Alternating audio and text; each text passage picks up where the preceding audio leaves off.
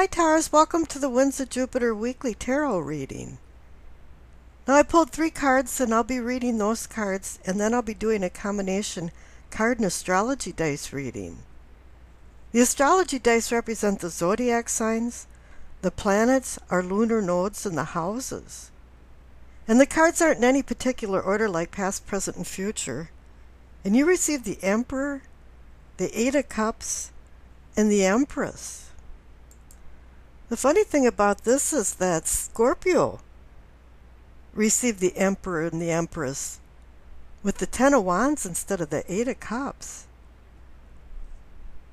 And Scorpio is just completely opposite on the zodiac wheel from Taurus.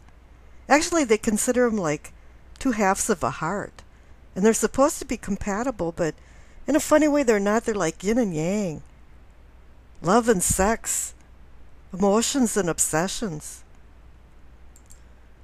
The Empress and the Emperor is the consummate royal couple that are teaching you things about the physical realm.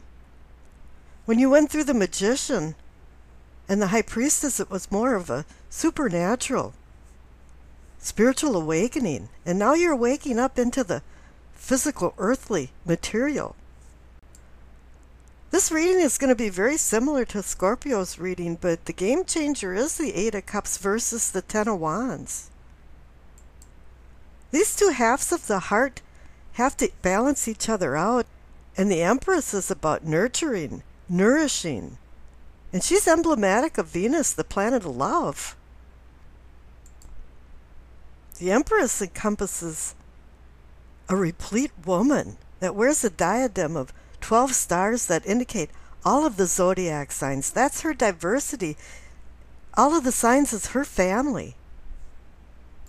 She instills understanding of nature, life cycles, the senses of the material things of pleasure, fertility, and creation. She is the maternal mother, and the Emperor is the paternal father. He brings in structure, order, discipline, control, responsibility. The main theme for him is security and stability. He sets laws and regulations for civility. Or this could be a father dealing with the family structure and managing it in the home environment. He is the authority figure, the man that controls everything, for the good or the bad, because he is the father where the mother used to say, just wait till your father comes home, you're in trouble. Well, that's the Emperor, because he's going to bring in consequences if you don't fulfill your requirements. Now, there's a balance between this couple. You know, it could even be love and war, because something's going on because you received the 8 of Cups. And this can indicate that you have eclipsing problems, the struggle is over. Or maybe it's just that you threw up your hands and threw the towel into the arena and you're walking away from something. Maybe something didn't turn out quite the way you wanted it to, or it ran its cycle, as the Empress is teaching you about cycles. And maybe it's just time to not do that anymore, or you lost interest, or you grew up and matured. Whatever it is, something isn't serving you anymore, and you're going to be severing some kind of ties. Walking away. The figure in the card has its back to you, and that's indicating that it's going to the future. This is a future card. You're releasing yourself from bondage. You're freeing yourself from something.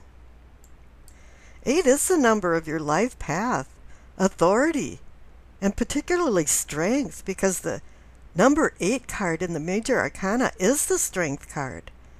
So there is more of an affinity to the Emperor with the 8 of Cups than, well, then that's hard to say, because the Empress too is about emotions and Cups is about emotions too.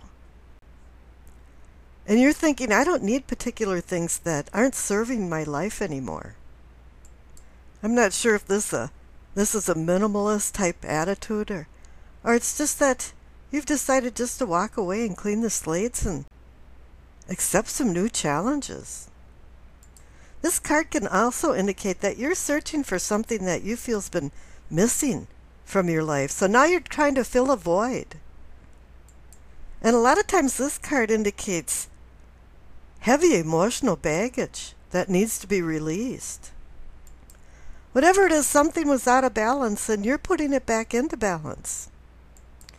Let's see what the dice have to say about this. You received Aries, the moon, in the 7th house.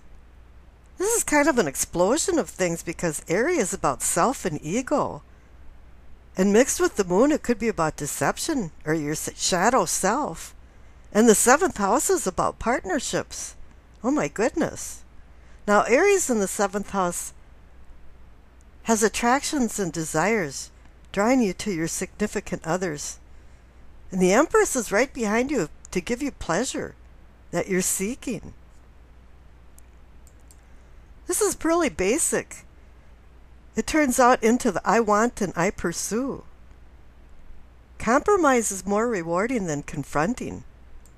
Relationships are a two-way street. And if conflicts get too heated, somebody may just walk away in disgust. And this is indicated by the presence of the 8 of Cups. Now the moon in Aries has you trying to restrain your temper. If things don't go your way, you could act like a child that's been told no. And you don't have to hide how you feel because you're quite vocal about it at this point. And sometimes some people just don't want to listen to it anymore. When an idea or a project catches your eye, it's full speed ahead for you. And then again, if any delays happen, you get insanely impatient. And it might have you floating from one crisis to the next. You don't have time to wait, or at least that's how you feel this week. Instant gratification is the name of the game. I think we all want that.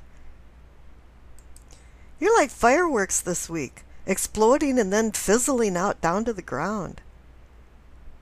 And in a funny way, conflict is probably almost enjoyable to you. You can be capricious in nature, but you need to think before you act. Taurus is a sign that's apt to spend too much for luxury items. And you might have a strong propensity for that this week. So kind of keep a hold on your purse strings. With the moon in Aries, it's usually you seeing what you can get. But with the moon mixed into all this, it's a game changer and says there can be hidden things going on in the backdrop or some type of deception going on. And this is where you have to be careful of what you wish for. Now, moon in the 7th house preferably has partners involved in everything. And this may be another reason why the Emperor and Empress showed up together, to reinforce this fact. And 1 is a lonely number for you this week, so you might want company to escort you to do various things. You want someone to share your feelings with and pick up on your needs. You could fall in love at first sight, but you have to be careful and think carefully before you get too involved. You don't want to become an enabler in a relationship. And if you do have a significant other, it's going to bring a big sense of fulfillment this week and security into your life. And this will make a big comfort zone for you. And I wish you acceptance, peace, and happiness.